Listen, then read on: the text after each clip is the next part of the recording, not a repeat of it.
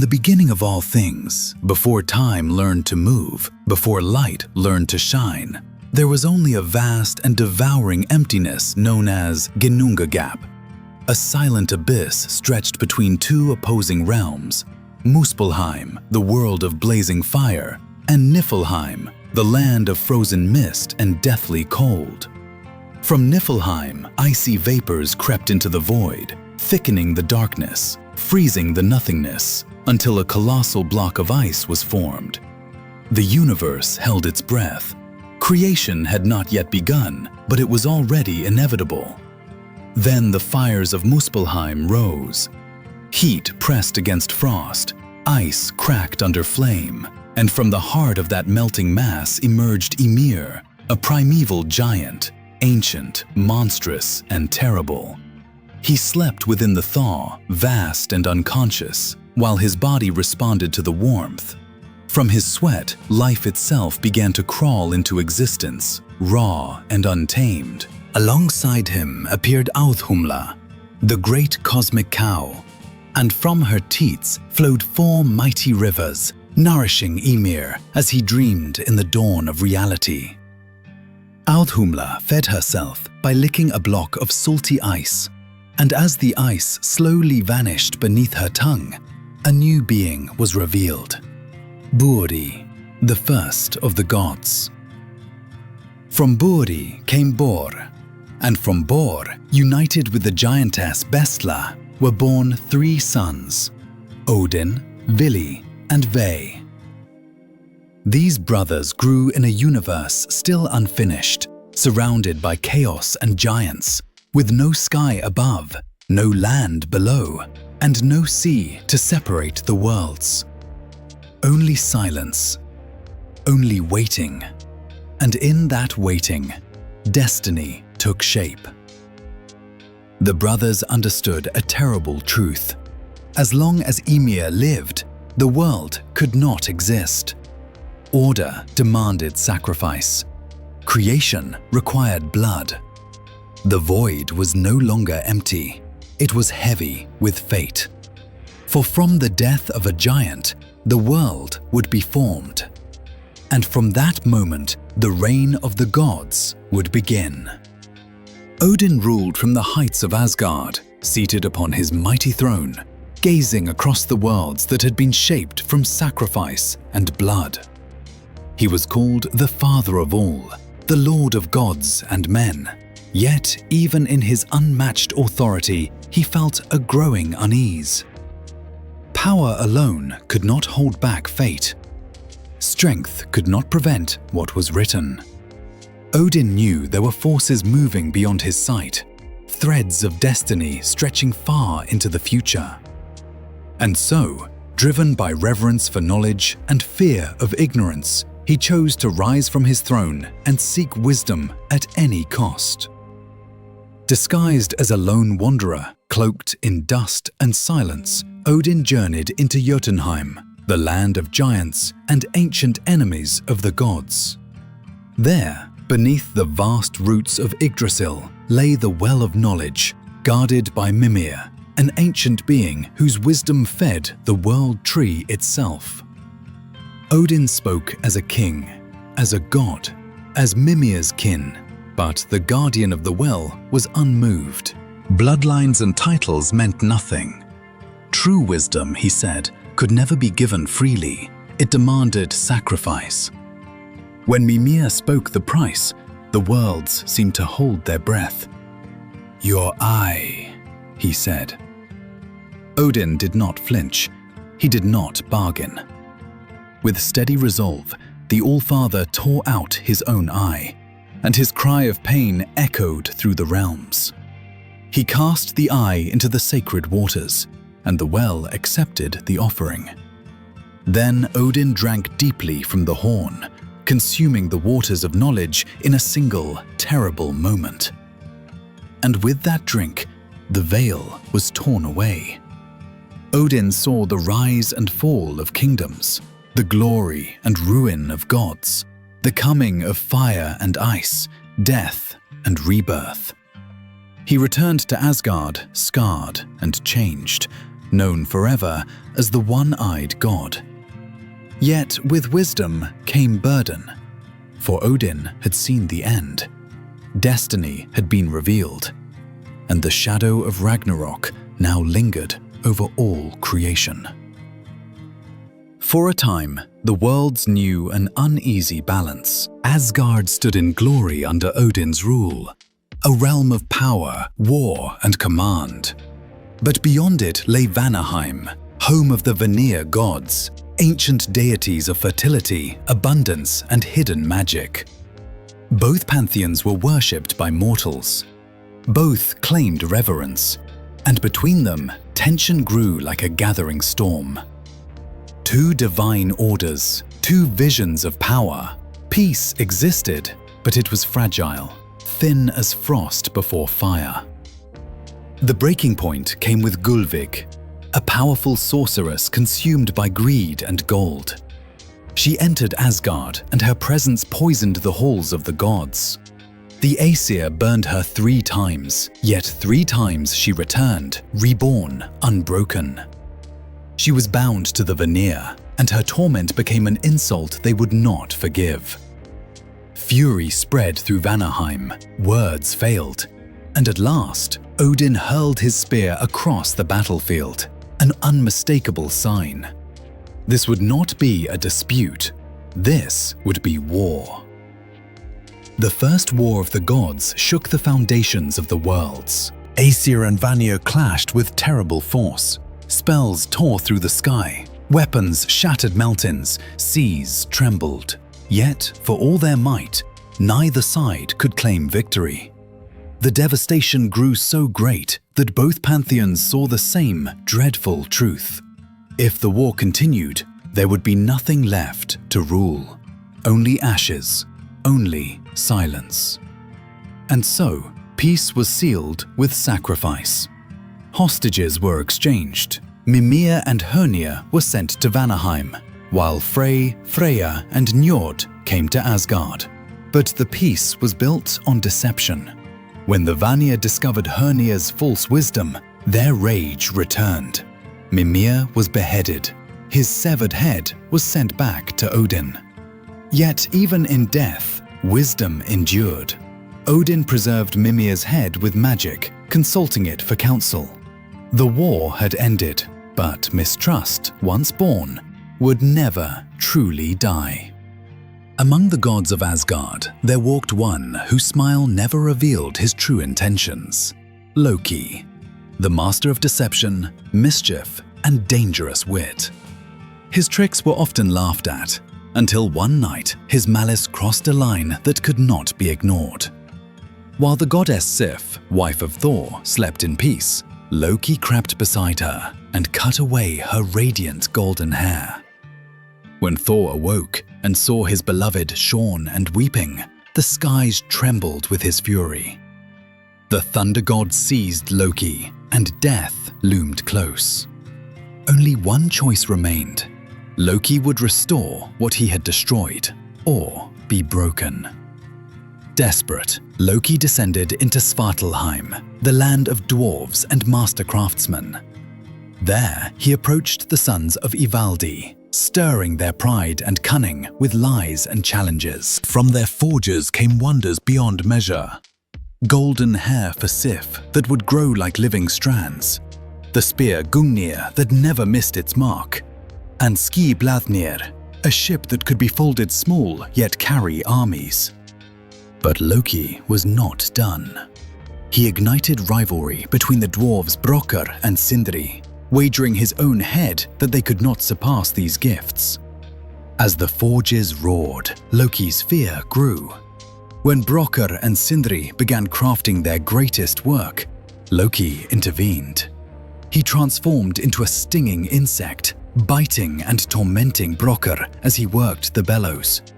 Pain struck hand, neck, and eyes, until at last the dwarf faltered.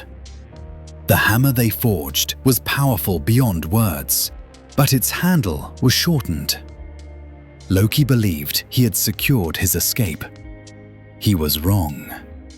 The gods judged the gifts, and among all treasures, one stood supreme.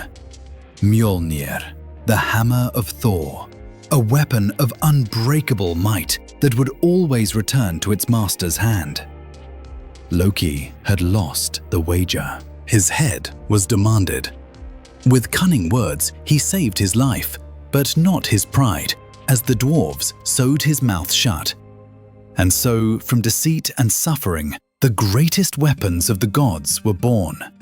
Proof that even chaos can forge instruments of destiny. Restless by nature and hungry for challenge, Thor, the god of thunder, could not remain long within the safety of Asgard. Together with Loki, whose tongue was as sharp as Thor's hammer, he set out toward Jotunheim, the harsh land of giants.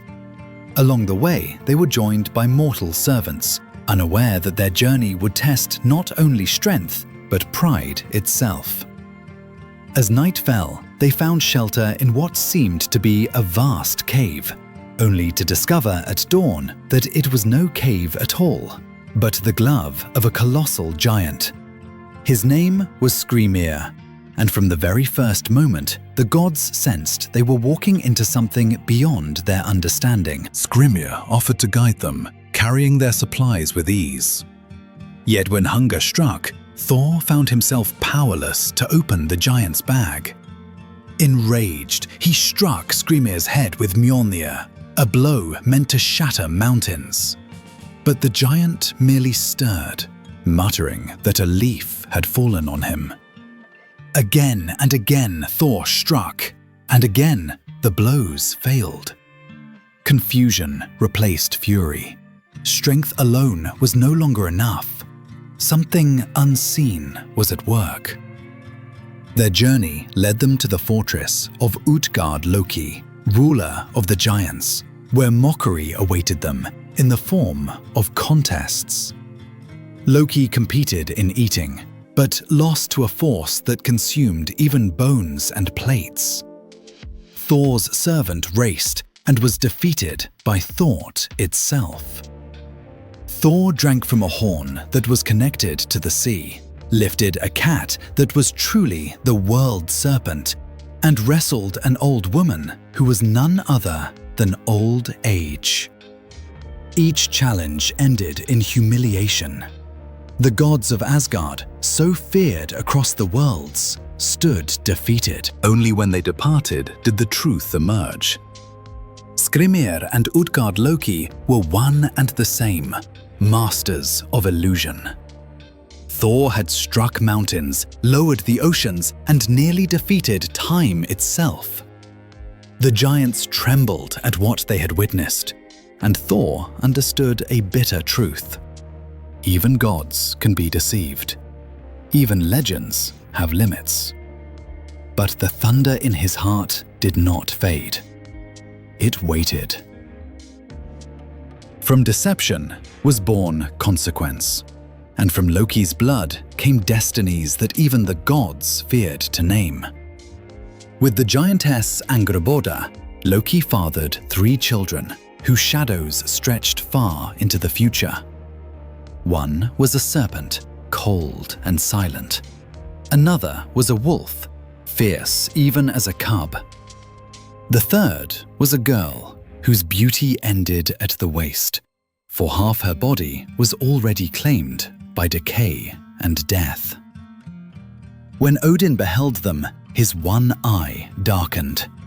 These were not merely children. They were omens. The serpent was cast into the great sea that encircled Midgard, where it grew without limit until it bit its own tail, becoming Jormungandr, the world serpent. The girl was sent to the realm of the dead and named Hel, ruler over those who died without honor, where sorrow would be her dominion. The wolf Fenrir was brought to Asgard itself, raised among the gods in the hope that fate could be softened. But Fenrir grew faster than any beast had a right to grow. His eyes burned with cunning. His strength surpassed reason. Fear took root in Asgard. Chains were forged, strong enough to bind mountains. but Fenrir shattered them with ease. The gods smiled and pretended it was a game, yet suspicion filled the wolf's heart. When the final binding was brought forth, a silken rope called Gleipnir, Fenrir sensed betrayal. He demanded a pledge. Someone must place a hand in his mouth. Silence fell, until Tyr, the god of honor, stepped forward. The binding held. Fenrir's fury erupted, and with a single bite, Tyr's hand was torn away. Bound to stone, howling curses, Fenrir swore vengeance. The gods had secured peace, for now, but fate had been sealed. The chains that held the wolf would one day break, and when they did, the world would burn. Among all the gods of Asgard, none shone more brightly than Balder, son of Odin and Frigg. He was beauty without pride, kindness without weakness, light without shadow. Wherever Balder walked, sorrow retreated and peace followed. Yet when night came, his joy faded. In his sleep, terrible visions seized him. Dreams of darkness, of death, of a world that mourned his absence. When Odin heard of these nightmares, his heart grew heavy. He knew such dreams were not empty. They were warnings. Disguised as a wanderer, Odin descended to Helheim, seeking the truth from the dead. The oracle's words were cold and final. Hell was preparing a place for Balder. Death had already laid claim to the beloved god. Frigg refused to accept this fate.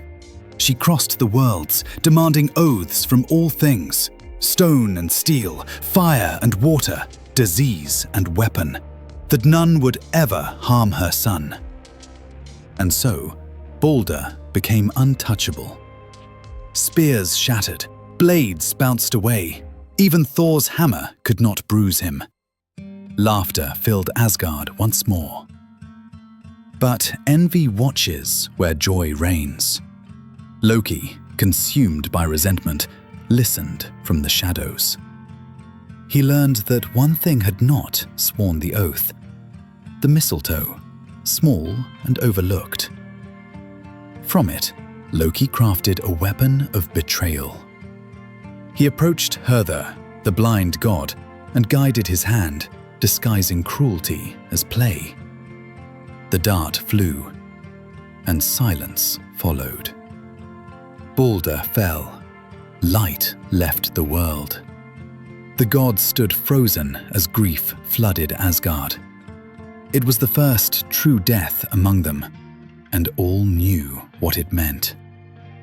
The prophecy had begun to unfold. The path to Ragnarok was now open. The signs came first, just as prophecy had warned. Fimbulwinter descended upon Midgard. 3 endless winters with no summer between them. Crops failed. Hunger devoured hope. Brother turned against brother. The sun and the moon were chased across the sky by the wolves Sköll and Hati, until at last they were swallowed and the world was plunged into darkness. The earth trembled, mountains split, and the bonds that held ancient evils began to break. What had been foretold could no longer be delayed. Ragnarok had begun. In Asgard, Heimdall, guardian of the Bifrost, saw the armies of chaos advancing. With a breath that shook creation, he blew the Gjallarhorn, and its call echoed through every realm. The dead marched from hell. Giants advanced from Jotunheim. Fire surged from Muspelheim, led by Surtur, his flaming sword burning the sky itself. The Bifrost shattered beneath the weight of war. Odin gathered the fallen warriors of Valhalla, and the gods rode out, not to escape fate, but to meet it with honor. The battlefield became a storm of death. Thor faced Jormungandr, the world's serpent, in a clash that shook the seas. With Mjolnir, Thor crushed the serpent's skull, but after 9 steps, poisoned by its venom, the thunder god fell dead.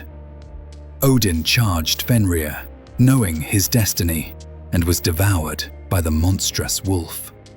Then Vidar, driven by silent fury, tore Fenrir's jaws apart and avenged his father. Tyr and the hellhound Garm slew one another.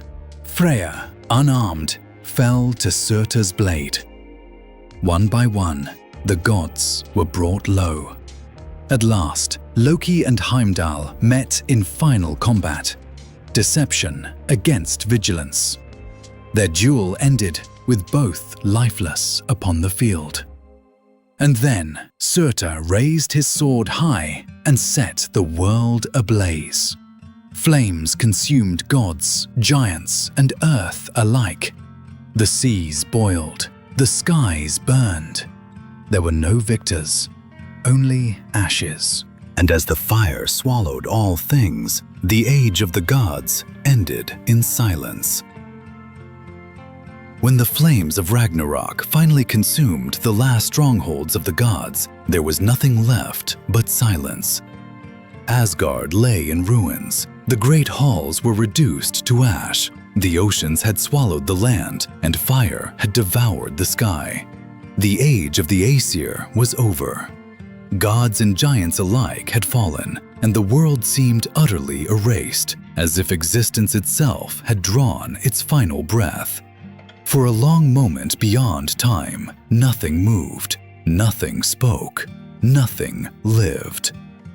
But destruction was not the end. Slowly, the waters began to recede. From the scorched earth, green shoots pushed through blackened soil.